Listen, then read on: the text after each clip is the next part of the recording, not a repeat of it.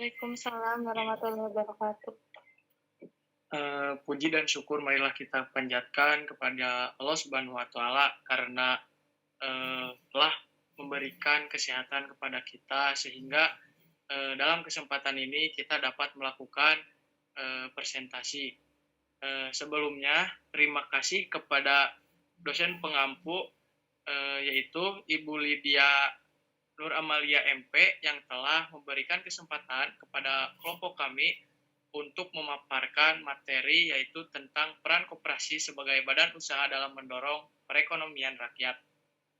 Sebelum kita ke materi, di sini saya akan memperkenalkan terlebih dahulu anggota kelompok-kelompok saya. Mungkin dari saya terlebih dahulu, perkenalkan nama saya Ariel Dwi Ramdan dengan NPM Mahir 155.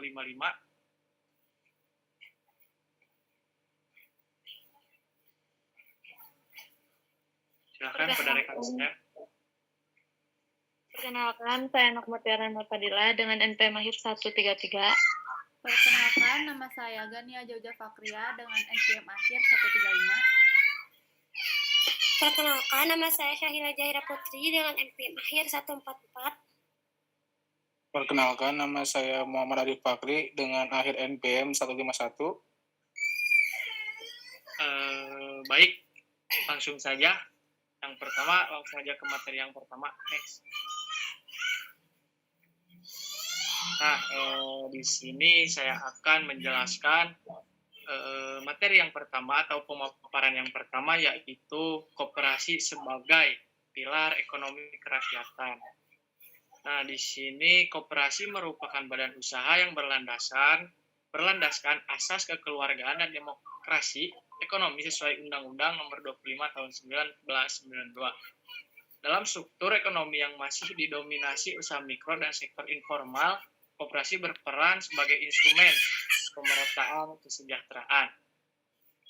Koperasi juga di sini dapat disimpulkan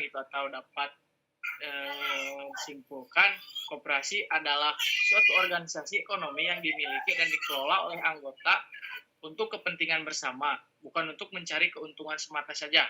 Koperasi ini didirikan dengan tujuan meningkatkan kesejahteraan anggota melalui kegiatan ekonomi yang adil dan juga berkelanjutan. Dalam koperasi, setiap anggota memiliki hak yang sama dalam mengambil keputusan dan pengelolaan organisasi, serta memiliki tanggung jawab yang sama dalam menjalankan kegiatan koperasi. Nah, dengan demikian, koperasi ini dapat menjadi salah satu bentuk organisasi yang efektif dalam meningkatkan ekonomi masyarakat dan mengurangi kesenjangan sosial. Baik, next. Dilanjutkan oleh teman saya. Nah, baik, jadi selanjutnya ada peran koperasi dalam akses pembiayaan. Nah, jadi koperasi ini berperan sebagai akses pembiayaan bagi masyarakat, terutama pelaku usaha mikro yang sulit memperoleh pinjaman dari bank, dengan prosedur yang lebih sederhana dan berbasis prinsip kekeluargaan. Sekitar 80% anggota merasakan kemudahan layanan keuangan melalui koperasi. Nah, jadi sehingga membantu pembangunan usaha dan peningkatan pendapatan. Namun, peran ini masih menghadapi kendala keterbatasan modal yang dialami sekitar 70% pengurus koperasi, sehingga diperlukan penguatan permodalan dan manajemen agar fungsinya lebih optimal.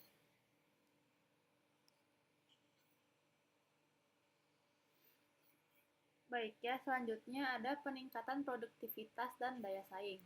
Nah, melalui berbagai kegiatan seperti pelatihan, pendampingan, dan penguatan jaringan usaha, koperasi berperan dalam membantu anggotanya meningkatkan produktivitas. Artinya, anggota koperasi tidak hanya mendapatkan bantuan modal, tetapi juga dibekali pengetahuan dan keterampilan untuk mengembangkan usahanya. Banyak koperasi yang bergerak di sektor produksi dan jasa. Kegiatan ini memberikan dampak langsung terhadap peningkatan pendapatan para anggotanya, karena mereka bisa menghasilkan produk atau layanan yang memiliki nilai ekonomi. Namun, masih ada beberapa tantangan yang dihadapi koperasi. Salah satunya adalah rendahnya penggunaan teknologi digital seperti pemasaran online atau penggunaan platform digital untuk pengelolaan usaha. Selain itu, inovasi dalam strategi pemasaran juga masih terbatas. Hal ini membuat koperasi kadang kurang mampu bersaing di pasar yang lebih luas, seperti itu. Next. Baik, di sini saya akan menjelaskan dampak sosial dan solidaritas ekonomi. Nah, dampak sosial ini meningkatkan kesejahteraan anggota melalui kegiatan ekonomi bersama. Selain itu, koperasi juga memperkuat hubungan sosial, menumbuhkan rasa kebersamaan, serta mendorong nilai gotong royong di antara anggota dalam menjalankan usahanya. Nah, selanjutnya solidaritas ekonomi. Solidaritas ekonomi dalam koperasi tercermin dari kinerja sama antara anggota yang saling mendukung.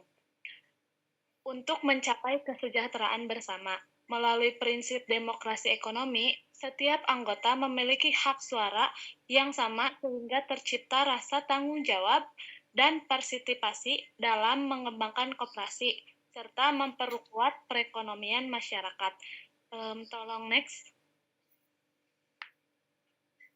Selanjutnya ada kendala struktural dan manajerial. Yang pertama adalah ada keterbatasan modal. Keterbatasan modal ini termasuk kendala struktural, di mana keterbatasan modal ini membuat koperasi sulit mengembangkan usaha dan meningkatkan pelayanan kepada anggota karena sumber daya yang dimiliki masih terbatas. Selanjutnya ada manajemen yang kurang profesional.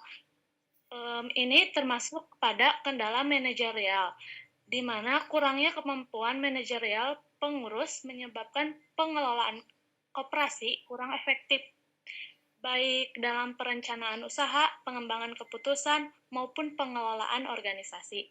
Selanjutnya ada rendahnya literasi keuangan.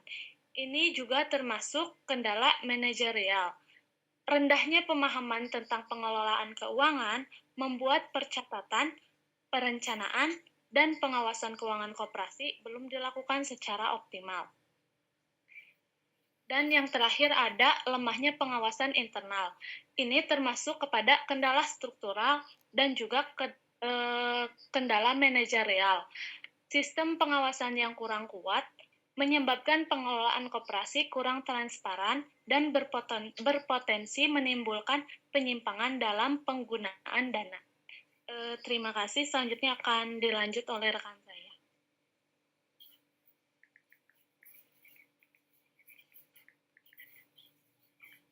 Baik, di sini ada strategi penguatan dan revitalisasi.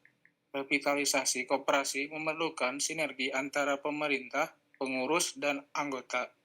Strategi penguatan meliputi kapasitas manajerial, digitalisasi operasional, diversifikasi sumber pendanaan, serta penguatan jaringan kemitraan. Transformasi ini penting agar koperasi mampu bersaing dan tetap relevan di era globalisasi. Mungkin selanjutnya akan dijelaskan oleh rekan saya.